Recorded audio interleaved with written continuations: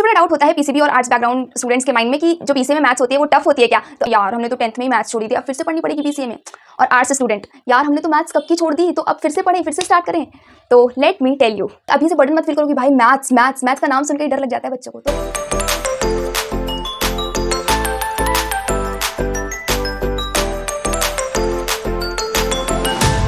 So hello everyone, welcome back to the another new video.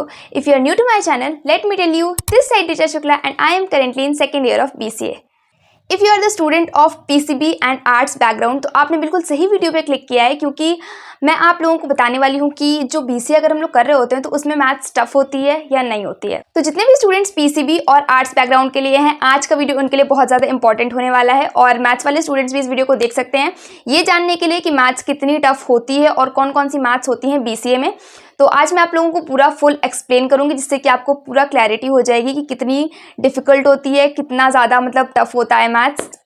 तो PCB वाले students इस चीज़ से रिलेट कर पाएंगे कि वो यही बोलते हैं यार हमने तो 10th में ही मैथ्स छोड़ी थी, अब फिर से पढ़नी पड़ेगी BCA में। और आर्ट्स स्टूडेंट, यार हमने तो मैथ्स कब की छोड़ दी, तो अब फिर से पढ़ें, फिर से स्टार्ट करें। तो लेट मी टेल यू, सबसे पहले टॉपिक पे बात कर लेते हैं कि कौन से टाइप की मैथ्स होती है BCA में। मतलब कि मैथ कोई JEE वाली नहीं होती है जो हम लोग कॉम्पिटिटिव एग्जाम्स में देते हैं, कोई वैसी मैथ्स नहीं होती है।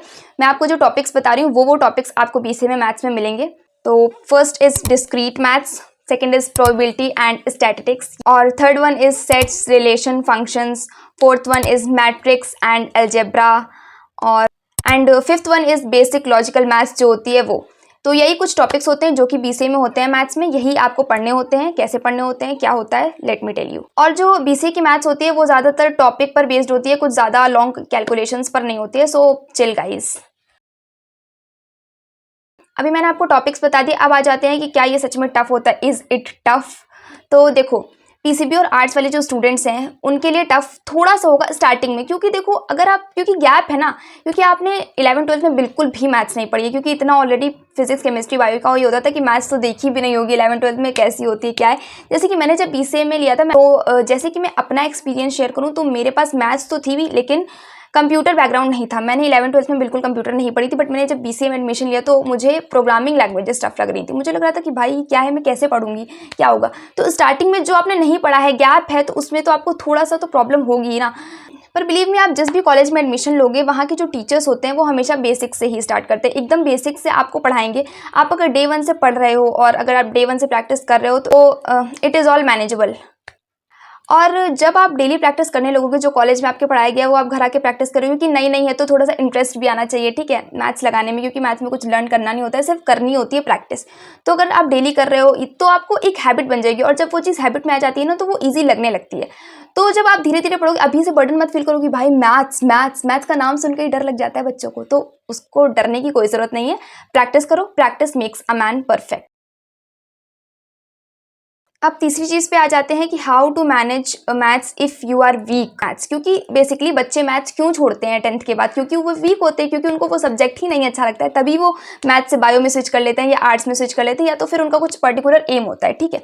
तो जो लोग मैथ्स में वीक हैं उनके लिए मैं कुछ टिप्स दे देती हूँ। लाइक आप रेगुलरली क्लास अटेंड करो, कॉलेज डेली जाओ, ठीक है। कॉलेज बिल्कुल भी अभी स्किप मत करो, क्योंकि न्यू सब्जेक्ट है, न्यू सब्जेक्ट नहीं, मैथ्स तो मतलब पढ़ ही रहे हैं, लेकिन अभी तो स्किप, मतलब अभी तो गैप हो गया है ना, तो अब डेली कॉलेज जाओ, अभी बिल्कुल गैप मत करो, क्योंकि बेसिक्स अभी चल रहे हैं, और अगर बेसिक्स नहीं स्ट्रॉन्ग होंगे तो बाद में कुछ नहीं समझ आएगा, एग्जाम टाइम पे तो बहुत ज़्यादा प्रेशर हो जाएगा। इसलिए अभी की क्लासेस मत स्किप करना।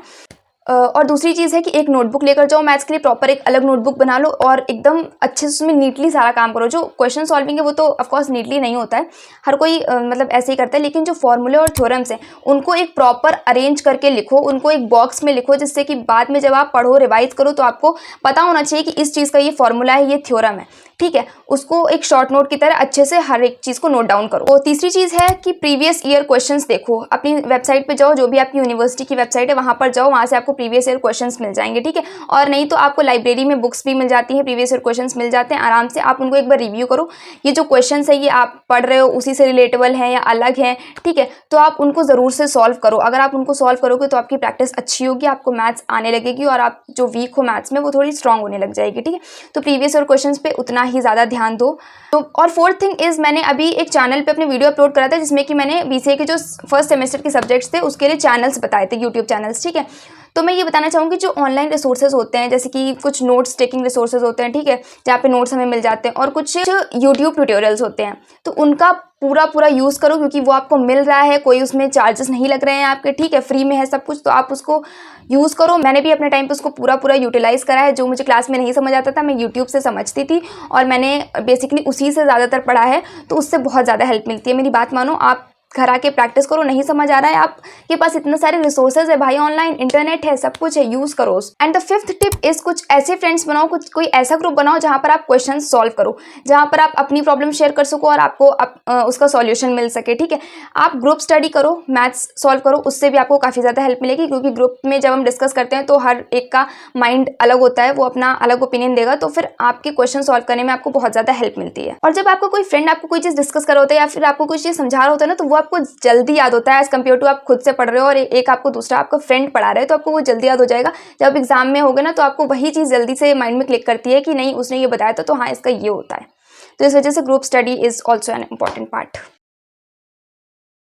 होता क्या है ना कि मैथ्स उतनी ही टफ होती है सबके लिए, यानी कि मैथ्स स्टूडेंट के लिए भी, पीसीबी स्टूडेंट्स के लिए भी, और आर्ट्स स्टूडेंट के लिए भी। मैं भी मैथ्स से थी, मुझे भी थोड़ा सा टफ लगा था स्टार्टिंग में, क्योंकि 12th के बाद का जो गैप था उसमें तो कुछ नहीं पढ़ाई हुई थी ना, तो यही लग रहा था कि मतलब पढ़ेंगे तो आ जाएगा शायद से। तो मैंने पढ़ा, और जब मैंने पढ़ा तो मैंने पढ़ लिया, मतलब मैंने कर लिया। मैंने फर्स्ट ईयर कंप्लीट करा है बीसीए का, और मतलब हो गया मेरा।